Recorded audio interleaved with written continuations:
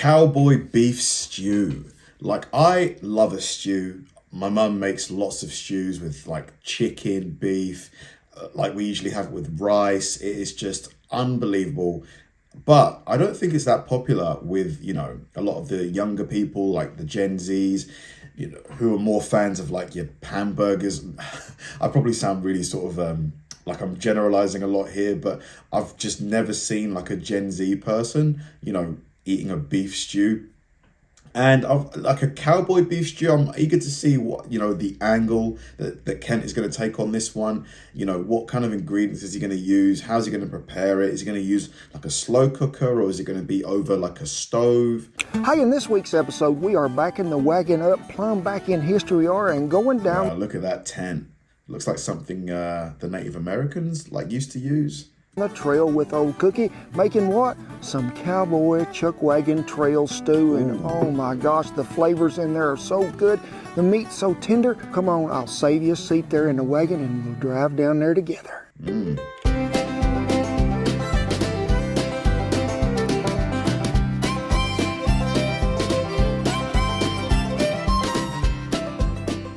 Hey, thank y'all. Those ribs looked amazing. As soon as I saw them, I was like, give me some. For stopping by camp on a beautiful afternoon it is. I just got through with a 4.5-hour nap there in the teepee. It was really nice. Teepee. What are we talking about today? Chuck wagon trail stew is what I call it. It's something that old Cookie would have fixed so many years going down the trail, 1870s to about really the 1890s before the cattle drive played out. Now we're going to doctor it up just a little, but it's pretty traditional as to what Cookie would have had. So hearty, so good for you, and that cold weather makes me want a bowl right now because it's pretty chilly out here today. Yeah, to be fair, perfect kind of food if it's cold, because it just, the liquid warms you up, the beef, like heavy food, keeps you full. So I hope y'all watched our breakfast quesadilla video, because there was some important things happening there. Not only was it good grub, but the good folks at Ariat sponsored what? 2 $100 gift certificates, and I'm the winner. No, I'm not the winner. Okay. Folks, they always keep me looking sharp, and they do a lot for us. And you can go down there below, click the little link that says Cowboy Kent's Favorites, and they can have you looking good. But what about them 2 $100 winners, Shen? You think it is? We might throw something else back in there for you to get. So what are we talking about? Trail stew. Let's get after it. Going down the trail, Cookie riding up in that old wagon seat, when a lot of times they're making 14, 15 miles a day, he'd have to really put them mules or horses in a jig. What is a jig? Get them in a fast trot, get them on up the trail to where what? He could fix supper, because stew need to simmer, I would say at least 2 hours before everything to get really good and tender. The beef old Cookie had going down the trail so many times was some of that old Longhorn, and hey folks, they've changed a lot of their breeding from the time Cookie took them to what they got now. Them things are walking so far going up the trail to Abilene, Kansas to catch that railroad. It was sort of like beef jerky at times, but old Cookie, this was a treat to them cowboys, because what? Biscuits, beans, and coffee. That was nearly every day, so if he... Man, yeah, the diet, for cowboys, or even just any other person from that era, compared to all of the things we have available now with Uber and DoorDash, like, if they could see the options that we have now in terms of food that we can have within 20 minutes, they would be like, how? This is witchcraft. He could go on up there and get ahead and get that old pot of stew on there to simmering along. And folks, there was an old famous recipe that come along from an old chuck wagon trail so many years ago called Son of a Gun Stew. Now, you can look it up. It's got 53,000 different ingredients that old Cookie might have put in there, and he used every piece of beef that he could find, from the tongue to the hock. So it is a lot of stuff in it, but it was traditional. It is something that he had. But to start... Well, I have a question, because we get this a lot. Did cowboys eat a lot of beef on the trail? Did cowboys eat a lot of beef on the trail? Not unless he fell dead on the trail. The cowboy? No. The cow. Really, it wasn't the cow. Well, it could have been an old cow or a steer. That beef was going to market. In South Texas at the time, that beef might have been... Because, yeah, beef, expensive. They'd probably want to sell it. But if you eat a cow that's like just died, isn't the beef like not good? I thought that, but I suppose if it's just died, then it's not too bad. But if it's been laying there for a while, it starts to rot, and something happens to the meat, doesn't it? $14 a head. But if we could get him to Abilene, Kansas, up that Chisholm Trail, get him on that railroad car, let him go to Chicago or New York City, we're talking as much as nearly $41 a head. A little different than it is today, it is. But back then, folks, that was a lot of money. So beef was not made to eat on the trail. Sadie said, it's made for beef to eat today, isn't it, Sadie? Yes. So this is why I don't think they eat much beef. Sure, there was some dried beef that old Cookie could pack and take with him too. But a lot of times too, some of their stew meat may have substituted as wild game, deer, elk, rabbit, stuff like that, even rattlesnake. Oh my gosh, rattlesnake. But to start out with today, we got about a 3.5 pound chuck roast, and we got a pound of bacon. First of all, I need you to take that pound of bacon, let me move this Dutch oven over there, and just go ahead and dice it up. Now it is beef stew, but folks, you gotta have bacon in something every. Yeah, I mean, bacon, the flavor of bacon, just, you can add bacon to pretty much anything and it tastes great. Like, I'm a big fan. Once in a while, just to bring out a little. But I like mine thick. Like, he's cutting his quite thick. I think like most Americans like it really thin, like crispy. More flavor, and we just need that little extra dab of grease that bacon's gonna bring to it as well. But remember, there was no noon meal going down the trail. I don't ever remember that anybody ever told me a story that the Cowboys all stopped at noon and went through the drive-up window at McDonald's. No. They was lucky did Cookie say, hey, you better put that biscuit in your pocket today. I love the way he says McDonald's. They went on down to McDonald's. It's going to be a long one before you get back for supper time. And you never knew what time supper time was. Cows don't wear a watch. They don't care what time it is. They be going off down through there and think, hey, this would be a good time to run off, make everybody late for supper. Because it was some desperate times at times, and it was some hard times, but I guarantee you, them guys are just like we are today. We wouldn't have traded it for nothing in the world. Sadie, does this suit you, the bacon cutting up in this procedure?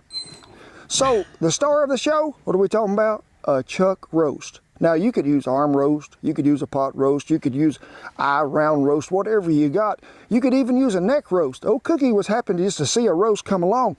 Now, it's got a road map in it where we're going to cut and do all this and try to separate that muscle. So what, cut it along the fat? To where everything remains tender. Yeah. So just follow that line right on down here. Are there any other specific cuts, like of wild game, that you would recommend?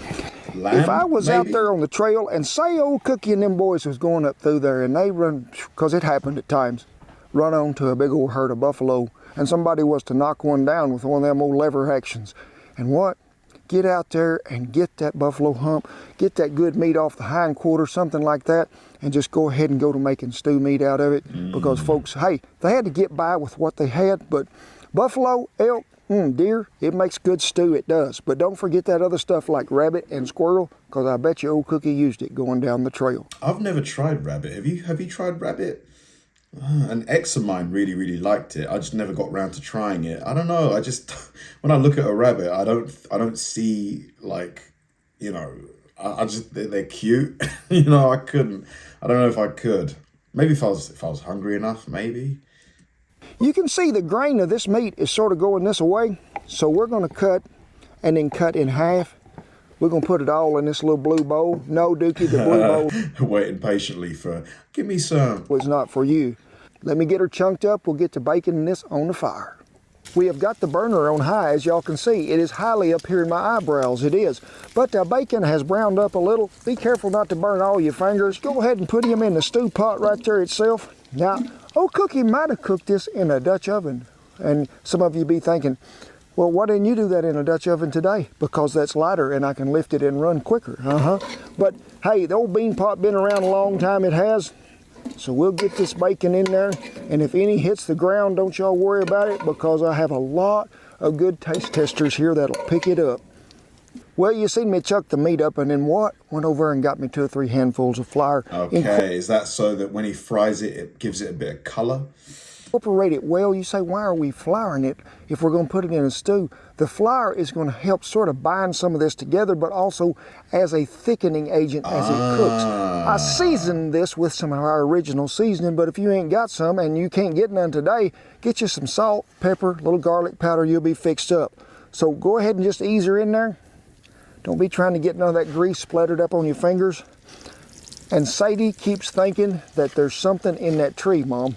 Sadie, She says there might be a bear up there that she's got treed. We need to brown this, as Shan would say. Okay, so he is frying it up. Yeah, you have to. Because otherwise the beef will just be like a grey in the stew. Halfway done. So keep her stirred around. You can't just run off and leave it. If there wasn't enough bacon grease left in there that you need, put you a little vegetable oil, a little lard, something in there to go with it to where you can keep that meat stirred and keep it browning. Well, I'm sitting down on the job, I am. Meat has got what I'd call just right browned up. Oh my gosh, that is hot, folks. The meat has ready to go in the pot. Man, is there anything worse than picking up a pot or a frying pan, like on the hot side?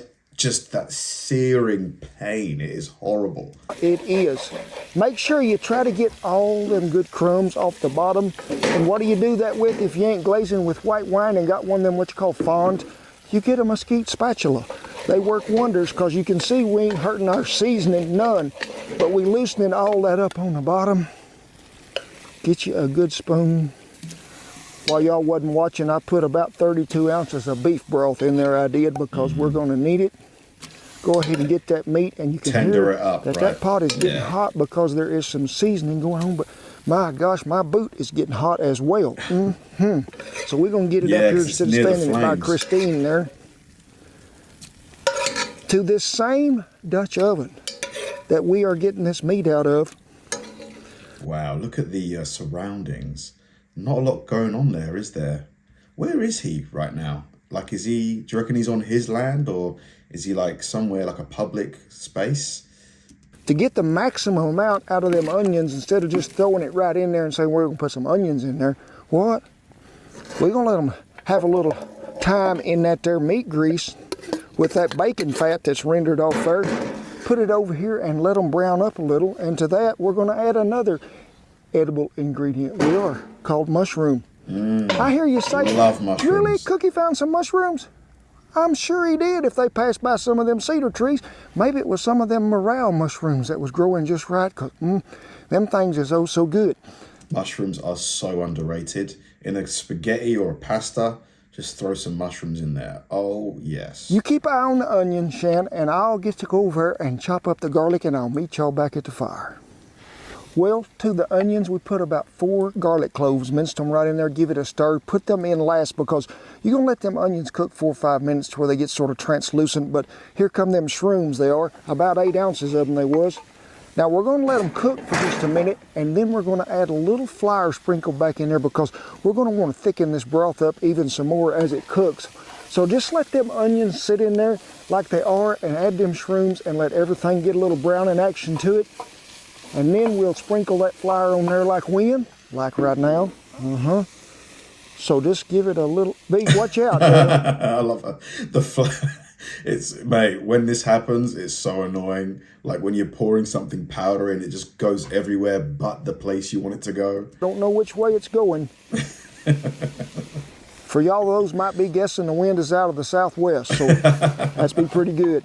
And you can let them mushrooms just get coated good with that flour. Just don't sprinkle it all right in the same place. And just let her come to a slow little cook in there. Well, the shrooms and the onions have cooked up nice. That flour give them a good coating. Just go ahead and dump them over in there because we're going to need all that flavor. And now, going down the trail, old Cookie would have probably maybe had some pinto beans. And that's about it that he'd have put in there to go with that. But I told you we was going to fancy this up a little. So I like to combine the flavors of what?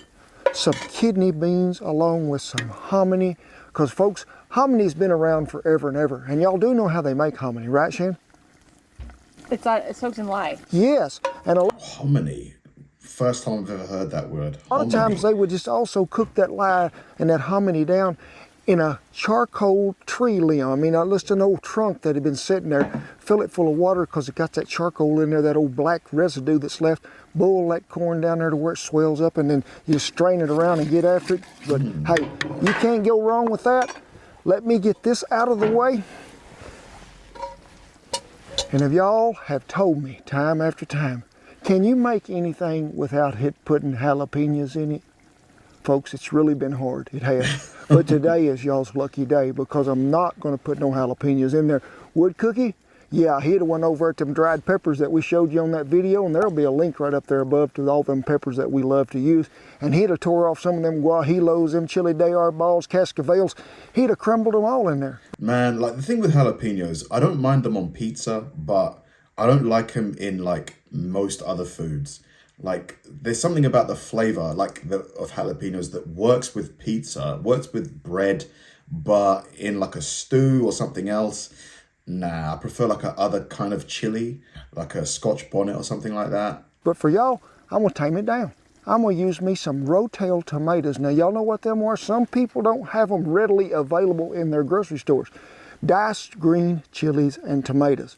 But also, if y'all ain't gonna let me have no jalapenos, we gotta have some hatch green chilies. It just ain't gonna work if you ain't got them.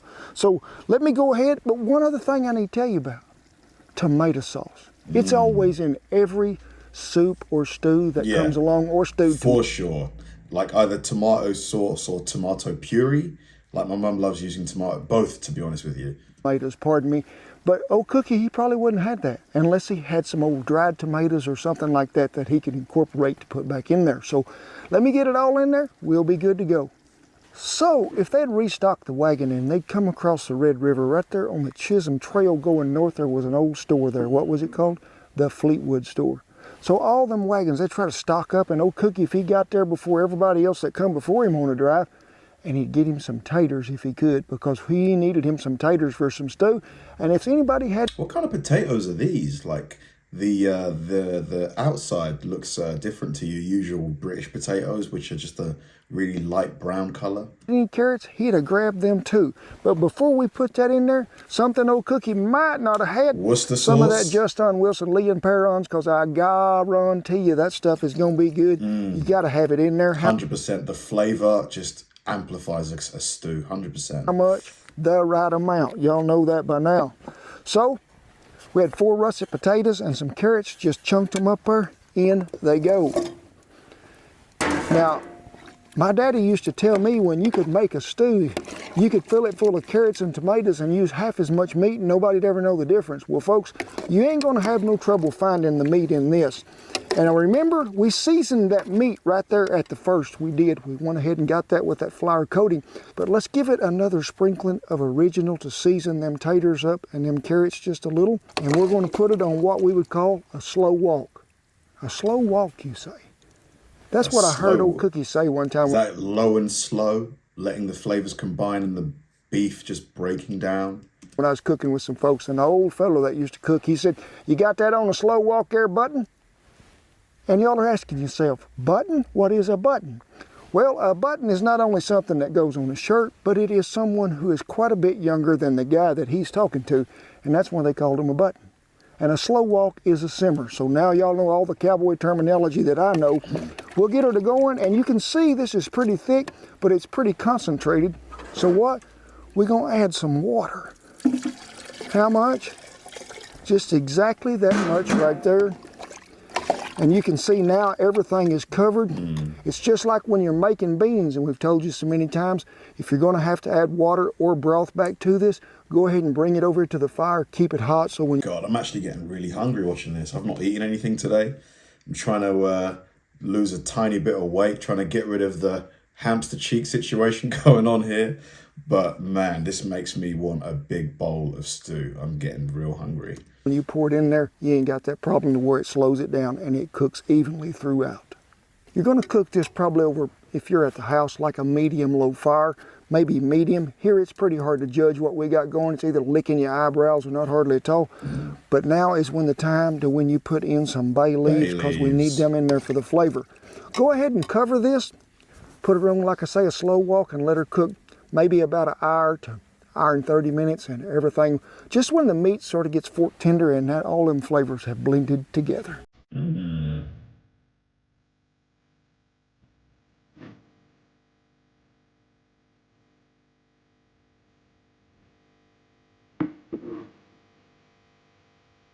Yeah, it really does look like, you know, obviously removing the truck, this looks like a scene from a Western movie. Like I could see, you know, Clint Eastwood walking along here.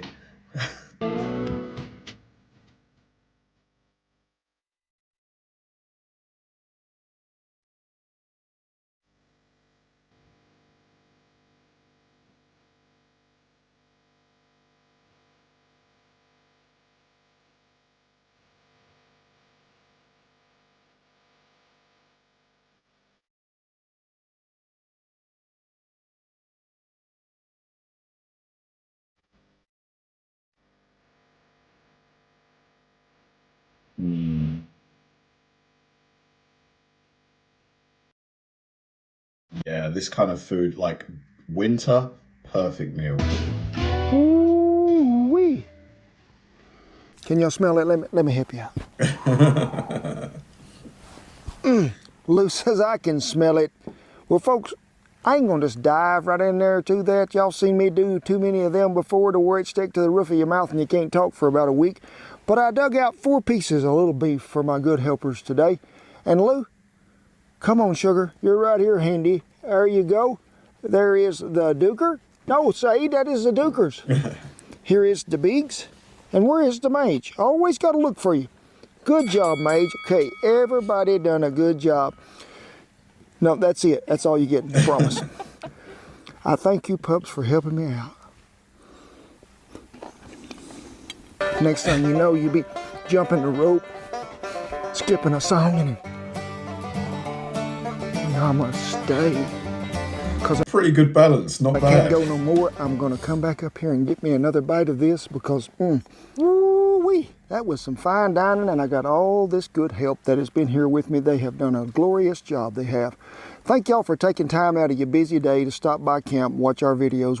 Man, I'm starving. I'm not even kidding. Like, and I mean it. Like, I grew up eating stews. I still eat stews to this day. Whenever I go home to see my mum and my sisters and my brother, like, mum makes like a big bowl of stew, like a big pot of stew like this, like Nigerian stew, and we just like demolish it. It just gets taken out within a couple of days. This kind of food is right up my street. I would smash 2 bowls of this right now. Thanks for watching, guys, and I'll see you in the next one.